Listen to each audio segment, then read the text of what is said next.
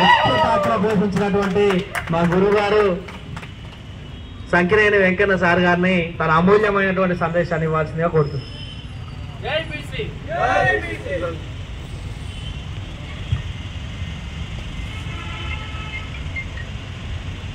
గౌరవనీయులు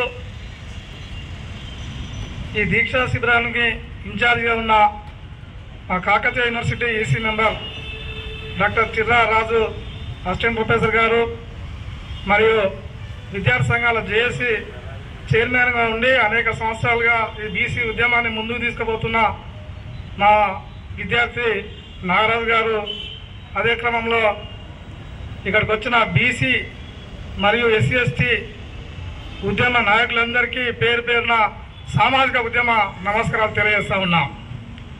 ఇక్కడే ఇదే ప్రాంగణంలో మేము చిరరాజు కావచ్చు, ఇంకా మా తెలంగాణ విద్యార్థి నాయకత్వం మొత్తం ఇదే యూనివర్సిటీలో పెద్ద ఎత్తున నిరాహార దీక్షలు చేసి, హంగర్ స్ట్రైక్ ఆమరణ నిరాహార దీక్ష చేసి తెలంగాణ రాష్ట్ర సాధనలో ముందున్నామనే విషయాన్ని ఈ సందర్భంగా తెలియజేయడానికి మేము గర్వంగా ఫీల్ అవుతా ఉన్నాం.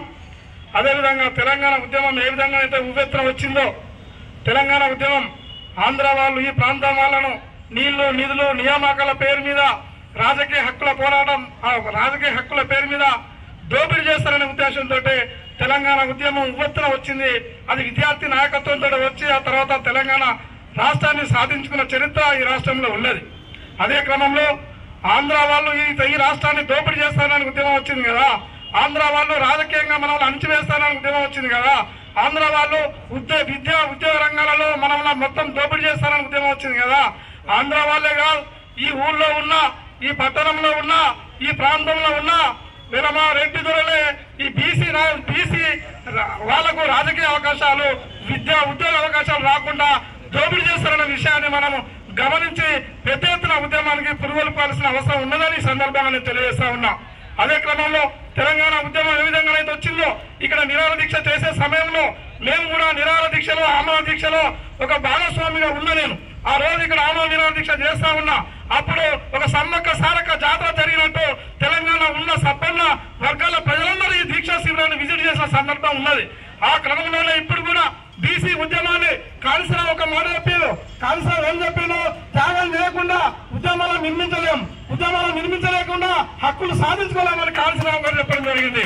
అందుకే ఆ త్యాగాలకు, ఆ ఉద్యమానికి మన బీసీ యువతతో పాటు ఎస్సీ ఎస్టీ అందరూ కూడా ముందుకు రావాల్సిన సమయం ఆసనమైందని ఈ సందర్భంగా నేను తెలియజేస్తా ఉన్నా. ఇప్పుడు కాకుంటే ఎప్పుడు కూడా బీసీ రిజర్వేషన్ సాధించే అవకాశం మనకు లేదు. అంతేందుకు అనేక రకాలుగా మనకు దోపిడీ జరుగుతూ ఉండేది. 18 మంది ముఖ్యమంత్రులు ఈ రాష్ట్రంలో అయితే ఒక్కరు కూడా ఈ రాష్ట్రంలో బీసీ ముఖ్యమంత్రి కావాలంటే రాజకీయంగా ఎంత చైతన్యంతో మనము చైతన్యహీనంలో ఉన్నామో అర్థం చేసుకోవాల్సిందని నేను తెలియజేస్తా ఉన్నా. ఈ రాష్ట్రంలో బీసీలు ముఖ్యమంత్రి అయ్యే అవకాశం లేదు, ఏపీలో బీసీలు ముఖ్యమంత్రి అయ్యే అవకాశం లేదు. కానీ మన పక్క రాష్ట్రాల్లో బీసీలు ముఖ్యమంత్రి అవుతా ఉంటే మనం సిగ్గుతో తల వంచుకోవాల్సిన అవసరం ఏర్పడేది. ఎందుకైతే పక్క రాష్ట్రంలో బీసీలు ముఖ్యమంత్రులు కర్ణాటకలో చూడండి, కర్ణాటకలో బీజేపీ ప్రభుత్వం వచ్చినా, కాంగ్రెస్ ప్రభుత్వం వచ్చినా బీసీలో ముఖ్యమంత్రి అనే విషయాన్ని మనం గమనించాలి. తమిళనాడులో చూడండి, అది బీజేపీ కాంగ్రెస్ బ్రాహ్మణ పార్టీలని మనకు అవకాశం లేదు. అక్కడ బీసీ సంబంధించిన అట్టడుగు వర్గాలకు సంబంధించిన ఒక మంగళవార కారణమైన తమిళనాడు రాష్ట్రంలో ఒక బీసీ ముఖ్యమంత్రి అవుతాడు.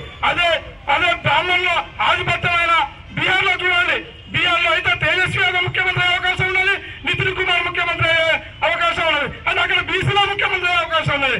అదే యూపీ కూడా రండి, యూపీలో అయితే ఒక చెల్లూరు మాయావతి ముఖ్యమంత్రి అవుతుంది, లేదా అఖిలేష్ యాదవ్ ఒక బీసీ ముఖ్యమంత్రి అయ్యే అవకాశం ఉన్నది. ఇప్పుడు బ్రాహ్మణులు వెళ్ళొచ్చు కానీ భవిష్యత్తులో బీసీలే ముఖ్యమంత్రి అవుతారు. కానీ ఇప్పుడే కాదు, భవిష్యత్తులో కూడా తెలంగాణ రాష్ట్రంలో బీసీలు ముఖ్యమంత్రి అయ్యే అవకాశం మనకు కనుచూపు మేరలో కూడా కనబడుతుంది. అంటే ఎంతో రాజకీయంగా చితకబడిపోయాము మనం అర్థం చేసుకోవాల్సిందిగా ఈ సందర్భంగా తెలియజేస్తా ఉన్నా.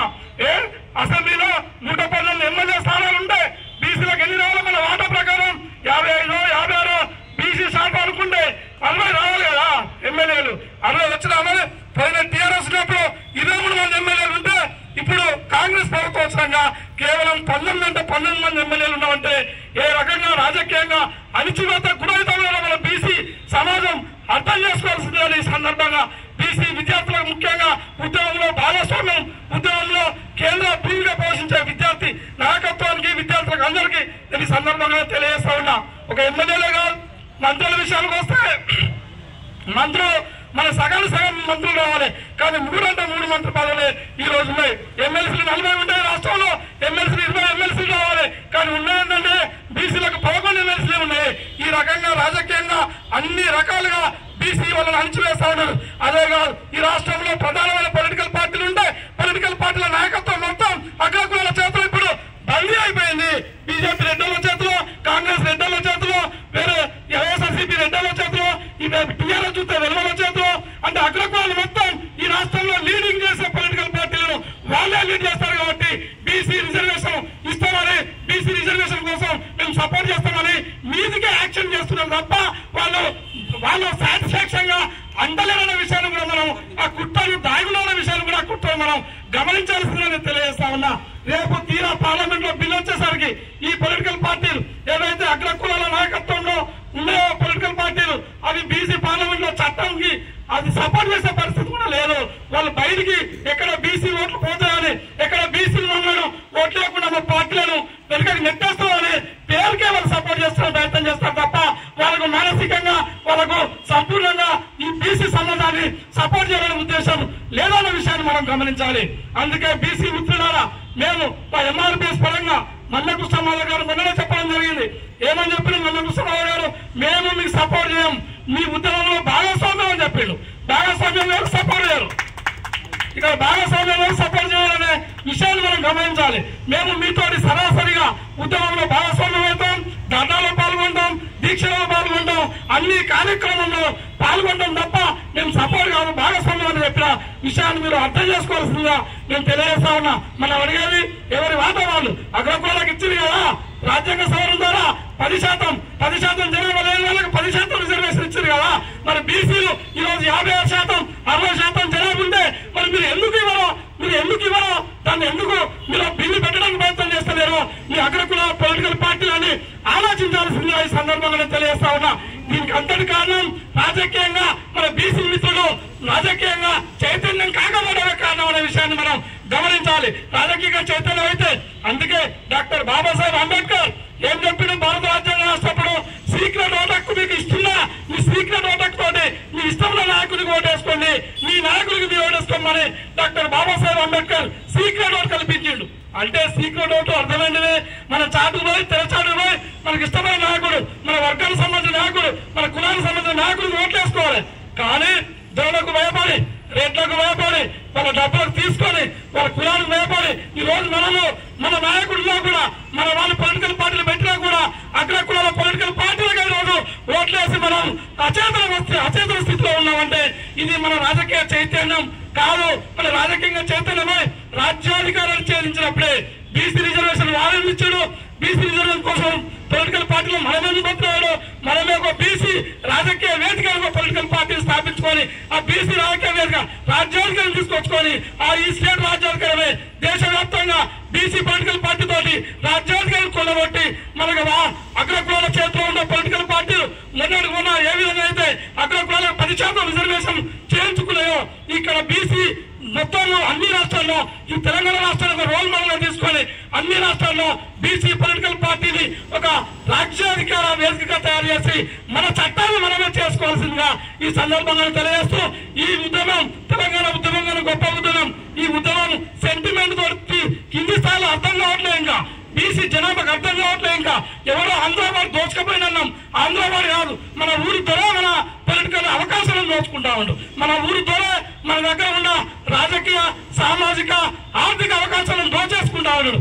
అందుకే మనం చైతన్యం కాలేని రోజులు మనం ఏం చేయాలనే విషయాన్ని ఇక్కడ విద్యార్థులంతా గమనించి రాబోయే ఉద్యమానికి ఈ రకంగా లక్షలాది మందితో, వేలాది మందితో పెద్ద ఎత్తున తెలంగాణ ఉద్యమంలో ఏ విధంగా అయితే దీక్షలు చేసినామో, ఏ విధంగా అయితే ఉద్యమాన్ని ముందుకు నడిపించినామో అదే రకంగా బీసీ ఉద్యమాన్ని కూడా అంతకు 100 రెట్లు ఎక్కువ రెట్టింపుతోటి తెలంగాణ ఉద్యమాల కన్నా 100 రెట్లు రెట్టింపుతోటి ఈ ఉద్యమాన్ని ముందుకు తీసుకుపోయి మన చట్టాన్ని మనమే చేసుకునేలా ఈ తెలంగాణ రాష్ట్రాన్ని 2009లో ఒక బీసీ ముఖ్యమంత్రి అయ్యే వాళ్ళ ఆ విధంగా మన ప్రయాణం కొనసాగించాలని, ఈ ప్రయాణానికి ఎస్సీ ఎస్టీ సంఘాల తరఫున, ఎంఆర్పీఎస్ సంఘాల తరఫున మేము సంపూర్ణంగా మీతో కలిసి పనిచేస్తామని ఈ సందర్భంగా తెలియజేస్తూ, ఈ అవకాశం ఇచ్చిన బీసీ నాయకత్వానికి అందరికీ పేరు పేరున సామాజిక ఉద్యమాలు తెలియజేస్తూ సామాజిక కృతజ్ఞతలు తెలియజేస్తూ ముగిస్తా ఉన్నా. జై బీసీ.